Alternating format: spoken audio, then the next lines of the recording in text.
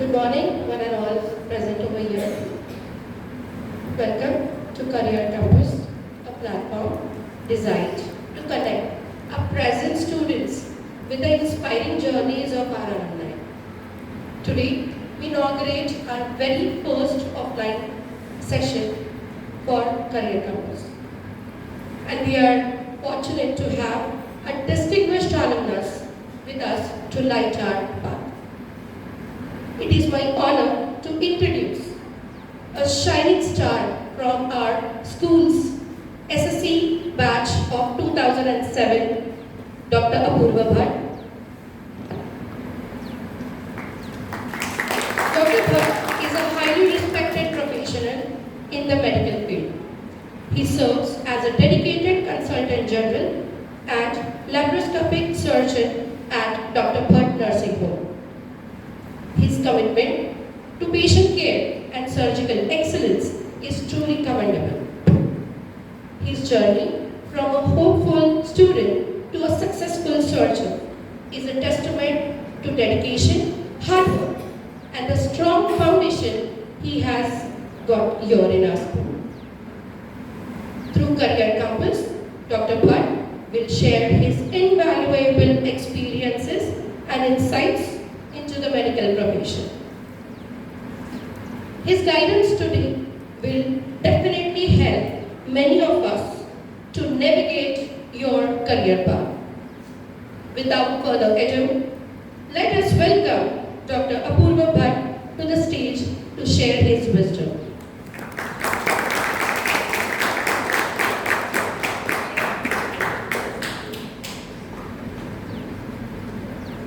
The stage is all yours. Thank you, everybody. At the outset, I would like to thank the school management for inviting me here. I would like to thank my teachers, most of whom may have moved away or most of whom may have retired by now, and the current generation of teachers who are in charge of the current group of students. It is a matter of immense pride and honor to be invited back to one school to address the current lot of students. I received a phone call from D'Souza Madam a few weeks back inviting me for the program, and she was being very formal. She asked, Madam addressed me as Sir. I was really embarrassed because Madam has known me since I was a small child. I told her, Madam, please stick to Apoorv, no other formalities are really necessary. I entered JMRES school as a nursery student in the year 1994. I graduated my 10th standard in the year 2007. I'm old enough to remember the assembly hall being built. I'm old enough to remember the swimming pool being built. It has been an 18-year-old journey since graduating school, but I'm very happy to be back. Schools hold a very important place in any student's life. Similarly, my school holds a very important place in my life.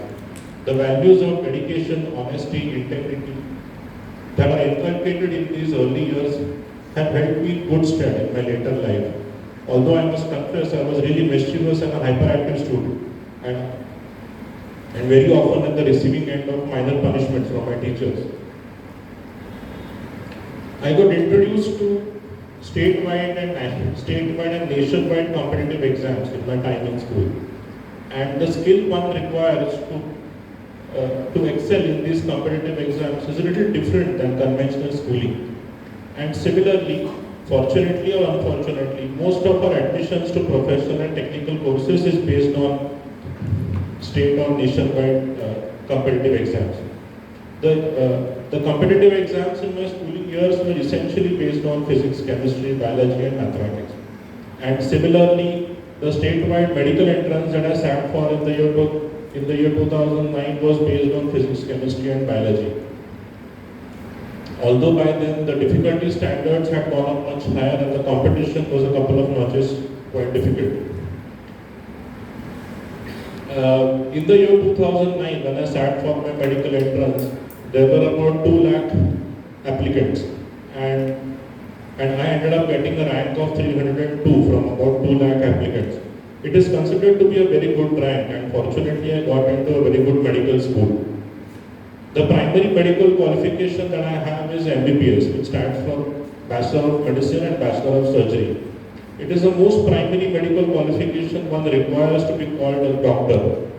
Although at the end of it was quite an exhaustive course of 5.5 years. It was quite demanding physically and mentally. And by the end of it, one gets the right to be called a doctor, but one ends up being a general practitioner. And in this day and age, being a general practitioner is simply not good enough. So I decided to specialize.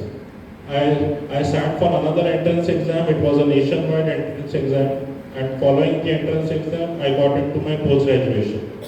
My post-graduation field is MS in General Surgery. It stands for Master of Surgery in General Surgery.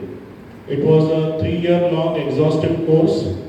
It helped me acquire a lot of practical skills that I continue to employ to this day. And by the end of it all,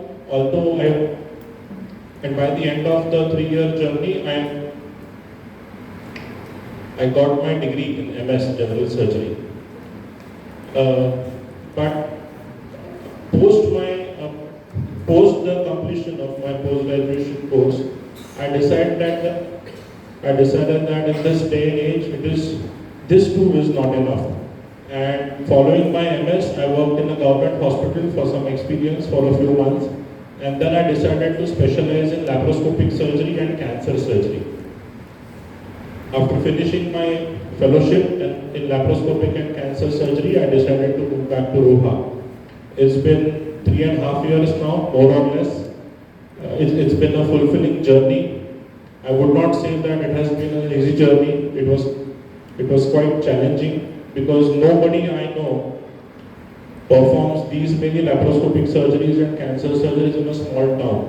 Managing the logistics itself is quite difficult. Getting the required talent to a small town is quite difficult.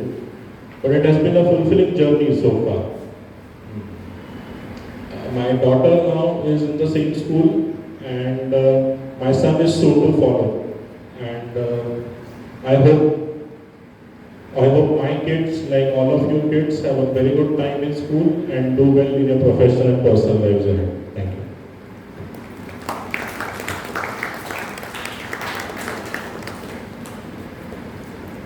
There's one memory I would like to share of D'Souza madam, because from amongst my generation of teachers, I think she's the only one present.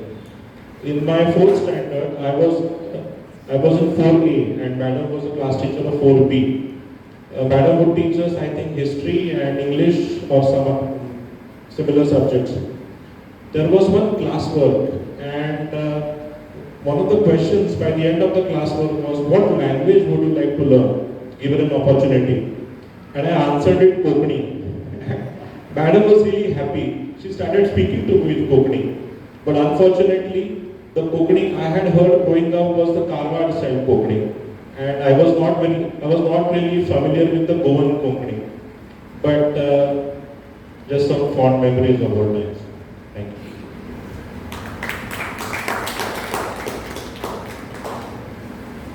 Thank you for sharing your inspiring journey. I would like to open the session for the question answers round, and I request the students to grab this opportunity with whatever your doubts regarding the profession. If you want to clear anything, whatever you want to ask regarding the profession, we could open the session for question answers. Just requesting you all to keep your questions brief and relevant. So over to the students to go for the question answer session.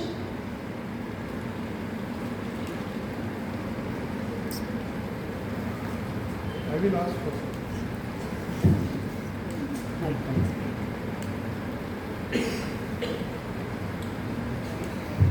First of all, thank you, Dr. Apoorv. He has his OPD in the morning, and he has left his OPD to come here to talk to all of you, to show that you get some point of inspiration, motivation from his journey. And some of you who are interested in medical field and decide judiciously by ensuring that you get Exaggerated. I think it is much ado about nothing. Because at this stage in life, when you are either a primary school student or a secondary school student, at the end of the day you have to learn, you have to acquire knowledge.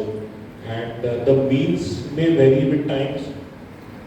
We did not have a lot of multimedia learning while growing up, and the current generation is blessed with a lot of opportunities while growing up. Even in my medical education, I have employed a lot of those multimedia-based learning tools. I still watch a lot of YouTube videos of senior surgeons performing surgical procedures because it is a learning experience for me.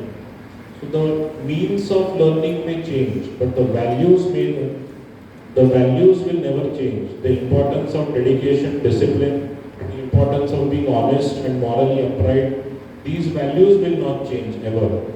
And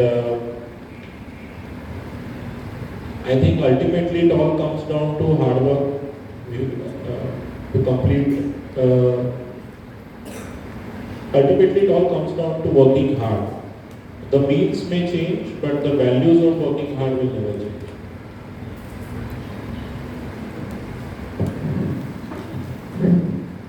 Yes, student.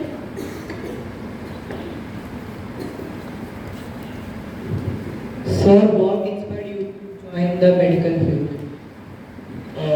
In my case, it was a bit of a unique situation because I grew up in the house of a doctor. My father happens to be a doctor, and I have grown up in a doctor's house. So I have been exposed to medical profession since my very early days, and nobody really told me that I have to be a doctor after growing up. But somehow, in the back of my mind, subconsciously, I had always decided that I would like to follow my father in the same profession, because whatever he did ended up inspiring me.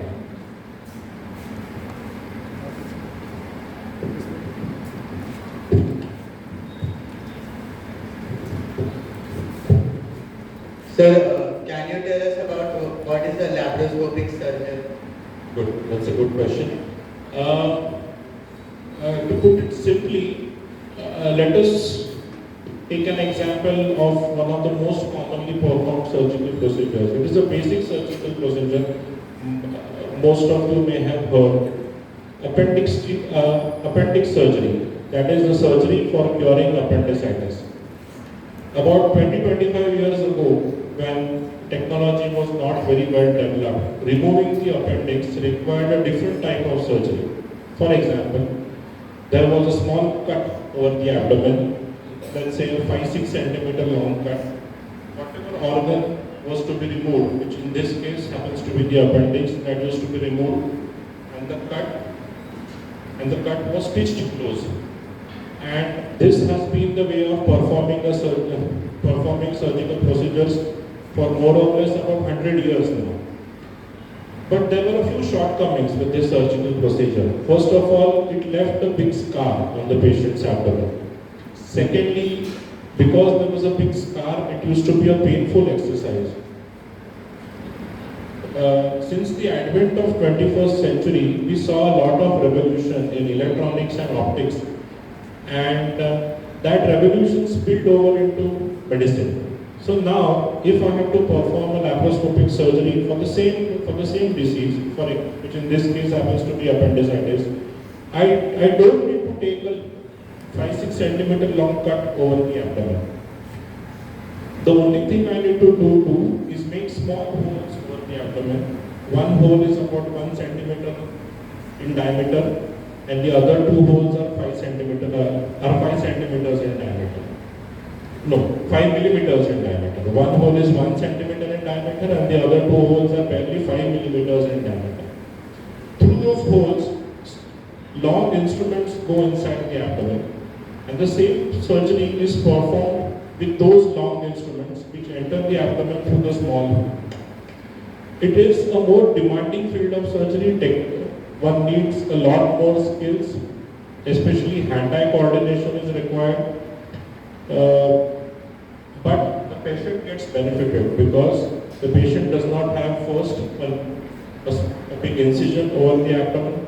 Secondly, because there is no big incision, pain is less, recovery is faster, there is minimal blood loss, and a surgery which in olden times may have required a hospital admission of say 5-6 days, the duration of hospital stay has come down to maybe 24 or 48 hours and patient can go home early. Because there are no big scars on the abdomen, recovery from surgery is very fast and very early the patient can resume and go back to his daily life. The older generation of surgeons would use the term big surgeons take big incisions, which means if there is a big operation, if some patient unfortunately has a disease which requires a big operation, in the olden times they would take a big incision on the abdomen. But now it is not always necessary to take a big incision. We can perform the same major surgery, the same difficult surgery, it could be cancer, it could be something else, without taking a big incision on the abdomen. A few small holes, a few millimeters in size here and there are enough to perform the same surgery and ultimately the patient gets benefit. Sir, one more question from me. That you said us about you are having an experience in a government school, government hospital, right? So why did you think to continue there only? I have worked quite a bit in government hospitals. My undergraduate school was Nair Hospital, which is a medical college run by the Bombay Municipal Corporation. So it is also sort of a government hospital. And after my post-graduation, I worked in a municipal hospital in Pimpri and I worked in a state government hospital, Sassoon General Hospital in Pune. I went there with a limited intention of getting experience, but like in all things in our life, I was not very happy with the way the government system functions, and I always wanted to work in a better hospital, in a better setup where things run more efficiently.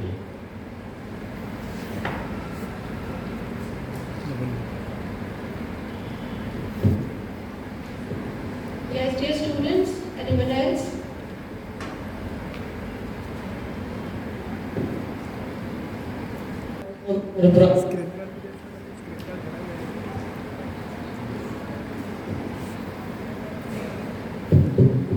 Sir, how did you overcome your problems? I didn't get your question. How did you overcome your problems? Of what problems? As in problems that I face in my day-to-day life. Yes. Okay. When I decided to move back to Roha in the year 2022, a lot of things were missing. A lot of logistical support that are required to perform surgeries was non-existent, because I did not wish to limit myself to basic surgeries. I wanted to perform some advanced surgeries as well. And I've had the privilege of catering to some of the current staff as a doctor. So I've always wanted to do something more, something better than what was available in this area. And a lot of logistical support was missing. First of all, a lot of heavy, expensive medical equipment is required if some major surgeries to be performed. And a lot of that medical equipment was not present in Roha. So I had to purchase a lot of medical equipment. Ultimately, it requires a lot of money. Secondly, Roha being a remote place, a lot of maintenance and service issues are not tackled very early. For example, if I were working in Mumbai and if some of my medical equipment had stopped working, I could easily have the service engineer come to my place in a day or maybe in a few hours. But considering this is a remote area, far up, at least 120 kilometers away from major cities, it takes at times it could take a week or so for the technician to arrive, and then the problem gets sorted. At times I have to pay premium because that company needs to send the technician for over 100 kilometers to Roha, and at times I had to pay them over and above their regular charges just to make sure that this facility is available in Roha. I'll give you a small example. A lot of major surgeries that are performed, that I perform, require general anesthesia. So general anesthesia is like the patient is given total anesthesia. The patient is unconscious and the patient does not even breathe on his or her own. We have a small machine, something similar to a ventilator, we call it anesthesia workstation, and we use it to administer general anesthesia to the patient. This machine itself is not available in about 100 kilometers, so I have to buy the machine.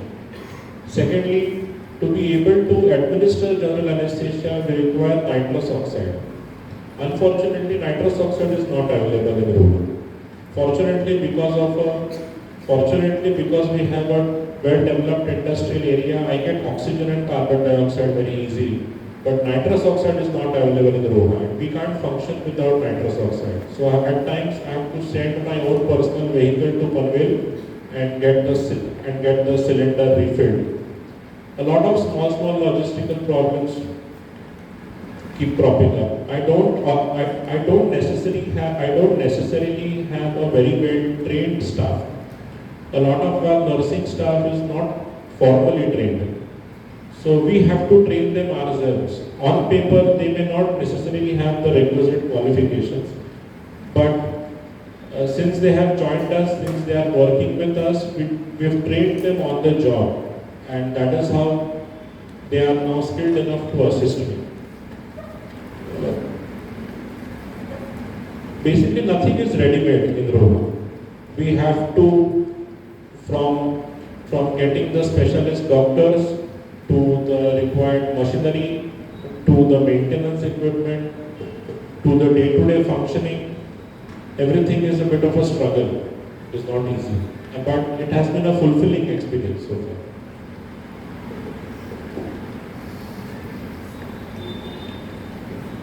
Sir, I wanted to ask, how can we avoid procrastination, linking it with how you used to study while your preparation journey? I was not a very motivated student in my school days, because in school days maturity is lacking. But one of my biggest inspirations was my mother, because she was a very strict mother as far as studies were concerned, and she used to be behind me all the time. And that is how I would do well in schools. But later on, once I moved out of Roha, I went to Pune for my 11th and 12th and my pre-medical entrance coaching. It broadened my thought process because I got exposed to a lot more. It was a reality check. It really dawned upon me that the competition was quite tough. And I always had an aim of becoming a doctor, and I wanted to get into a good medical college. So the task itself was quite formidable, and the fear of failure motivated me to study well. Because in the year 2009, when I sat for my medical entrance, there were about 2 lakh applicants and only 2,000 seats. So 1 in 100 gets selected. So the odds were quite formidable. So I had to defeat 99 students metaphorically and get the 1 seat. So the competition itself was enough to motivate me.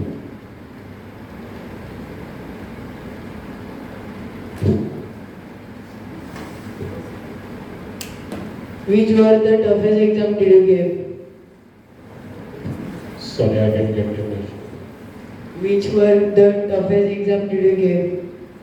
First exam of my life, okay. My postgraduate entrance exam was the toughest exam of my life. It was the MBBS is a 5.5 year long course, and over the period of 5.5 years, by and large, we end up studying 19 subjects over 5.5 years. And for my postgraduate medical entrance, I had to study all those 19 subjects all over again in 1 year. And that was quite challenging because For example, one academic year of MBBS was studying 3 to 4 subjects, major subjects, and compressing all the knowledge, all the information that one has gained over 5.5 years, and compressing it to a 1 year exam was quite difficult. I don't think I have ever sat for a more difficult exam. And once I finished my postgraduate medical entrance, and once I got into my medical college for my post graduation, I had somebody ask me that, would you like to do this again? I answered them, even if somebody gives me 1 crore of rupees, I'm not going to do this again.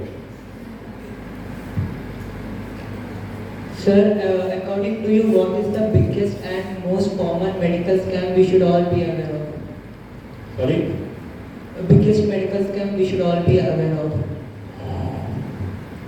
which is common.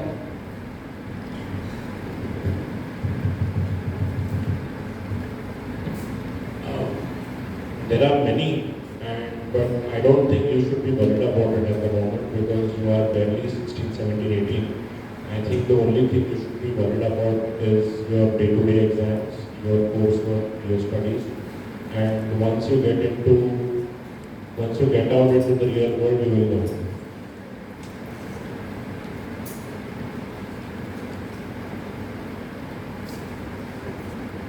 Yes.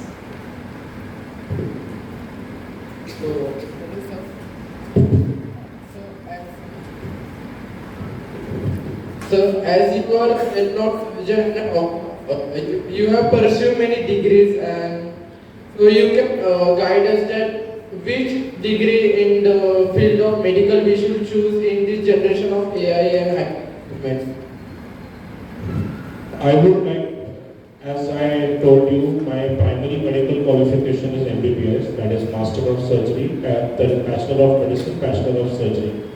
And that is the undergraduate degree. One gets into the undergraduate degree after completion of 12th standard. There is a pre-medical entrance. These days it is known as NEET UG. This is a national level entrance that one has to appear for. And if you do well in your medical entrance, you will get into MBBS. Whoever wants to be a doctor, I think the first aim is to get into MBBS. Because once you get into MBBS, that is a solid foundation, and that is the primary medical qualification every doctor needs in India. And once MBBS is over, once you get an undergraduate degree, a number of doors will open up automatically. Sir, which is more difficult, to get into the medical college or to complete MBBS?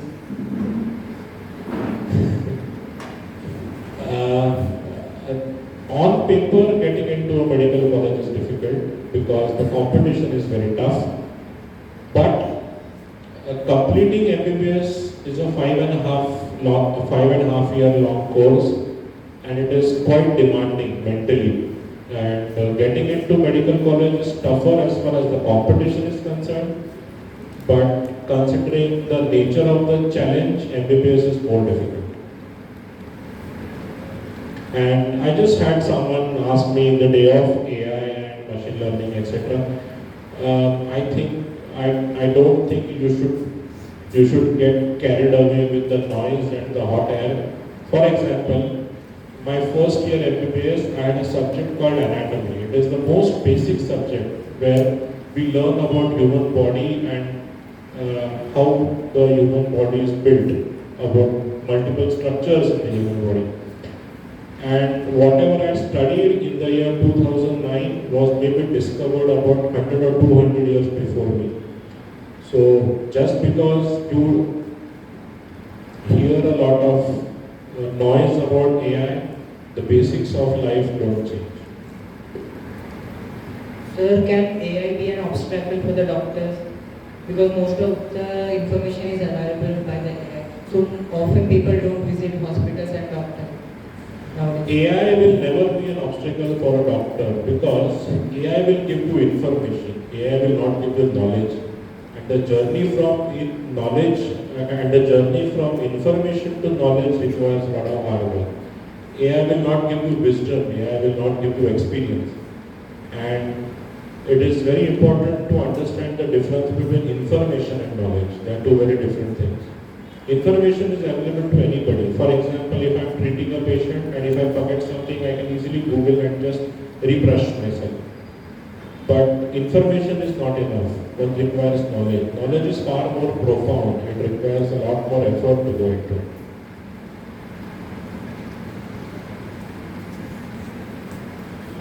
I guess one last question.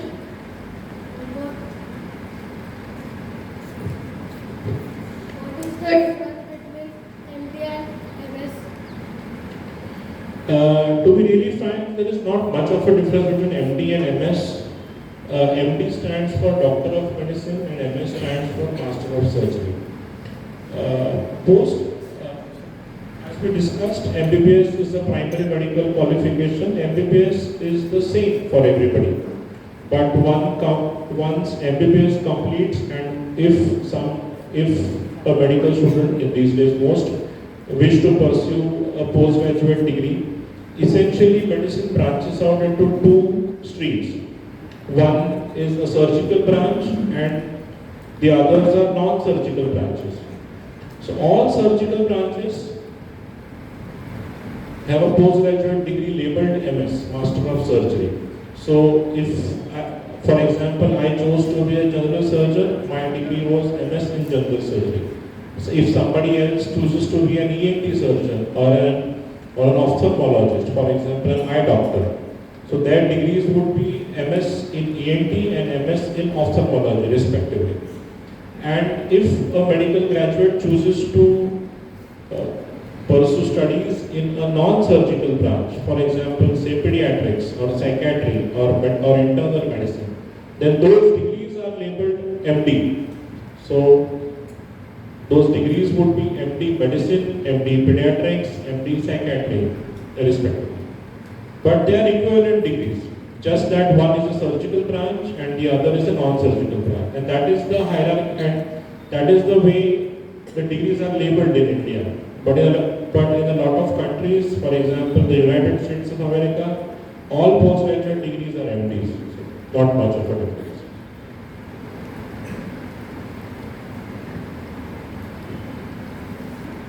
Thank you, dear students, for those quality questions.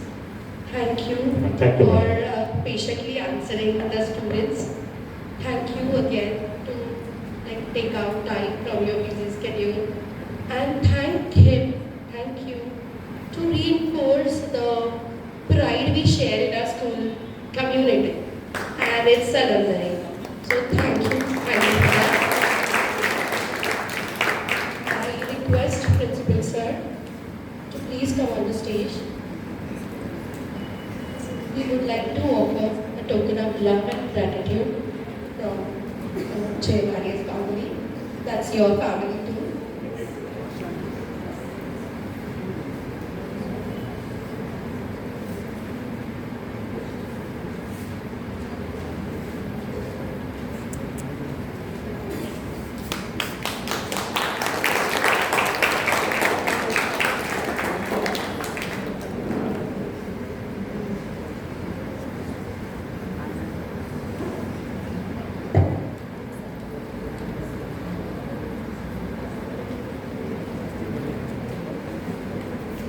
Thank you, students. Thank you, everyone.